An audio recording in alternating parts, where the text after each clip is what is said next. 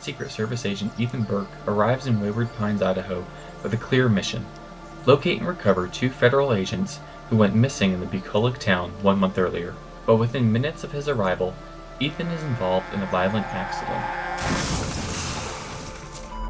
He comes to in a hospital with no ID, no cell phone, and no briefcase. The medical staff seems friendly enough, but something feels off. As the days pass, Ethan's investigation into the disappearance of his colleagues turns up more questions than answers. Why can't he get any phone calls through to his wife and son in the outside world?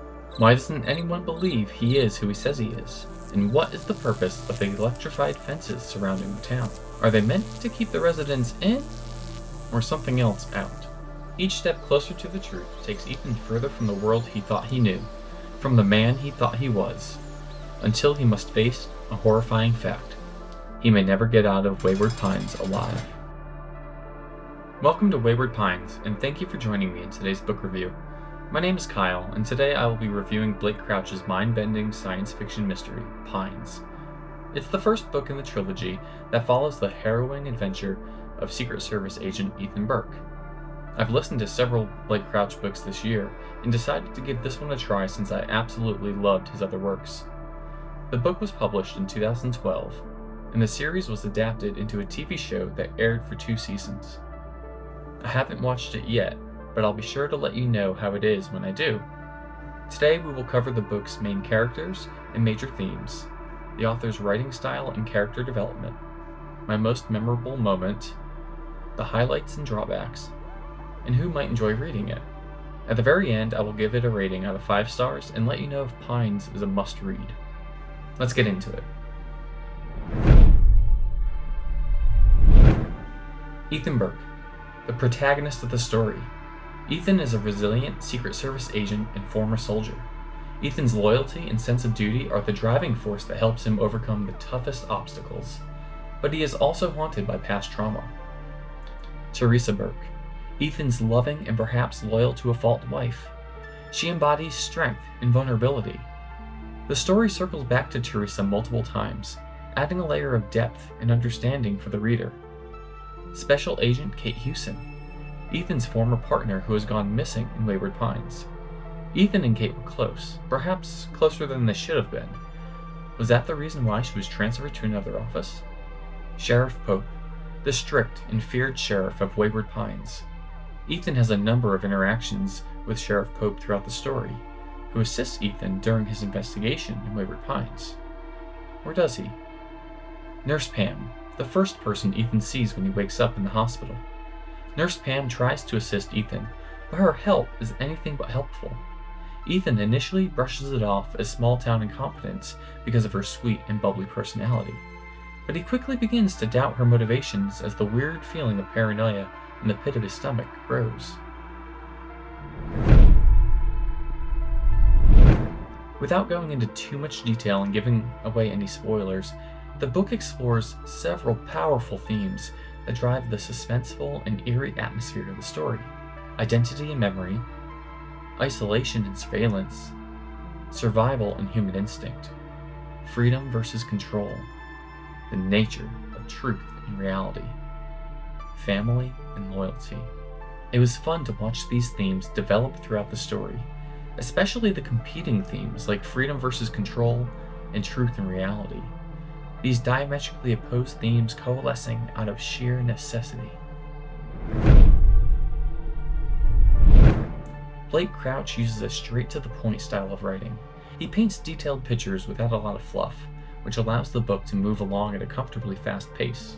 Blake Crouch propels the story through the use of cryptic dialogue to reveal secrets, develop characters, and build tension. His cliffhangers will leave you yearning for more, making it difficult to put the book down or hit stop.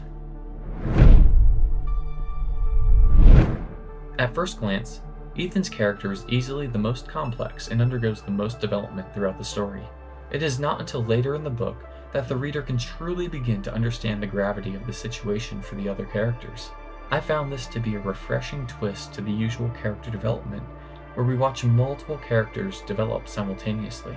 Ethan is a devoted husband and father hell-bent on returning to his family, yet he is scarred from a gruesome past and mistakes that plague his psyche. His past is revealed slowly throughout the story and clearly haunts and affects him still today. I hadn't read the book's summary since I was listening to it as an audiobook. Had I read it, I might not have been so surprised by the electrified fences surrounding the town. Ethan's reaction when he discovered the fences and the scenarios that he played through his mind created a pivotal shift in the story. Being an audiobook, the narrator is paramount to the listener's enjoyment. The edition I listened to was narrated by Max Myers, and he did a fantastic job all around. I was nervous at first because the narrator was different from the other Blake Crouch books that I'd read, but I'm happy I gave it a try. Max Myers' pace, intonation, and articulation made Pines easy to listen to and enjoy. I also thoroughly enjoyed how the chapters cycle through Ethan's past and present, along with segments from his wife's point of view. As a husband and a father, I felt connected with Ethan from the very beginning and wanted to see him reunite with his family. Lastly, I liked how there continued to be twists in the story and revelations all the way up to the end of the book. Even as the story concluded, Blake Crouch continued to leave the reader guessing. However, I would have liked more backstory about one particular character who later plays a major role. I suspect that books 2 and 3 will add to his backstory, so I'm not terribly disappointed, but had this been a standalone book, I would have felt bamboozled. This book is great for anyone who enjoys suspenseful, mind-bending stories with a hint of science fiction and action. Whether you're looking for a quick read that you can finish in only a few sittings, or a book that can be enjoyed in short sessions, Pines is for you. If you enjoyed Pines, I suggest Dark Matter and Recursion, both by Blake Crouch, in addition to books written by Dean Koontz and Vince Flynn. While Koontz and Flynn are less sci-fi-esque, they're generally fast-paced, action-packed stories. Pines easily surpassed my expectations. I thoroughly enjoyed Dark Matter and Recursion and expected to like Pines, but I was stunned by just how much I liked it.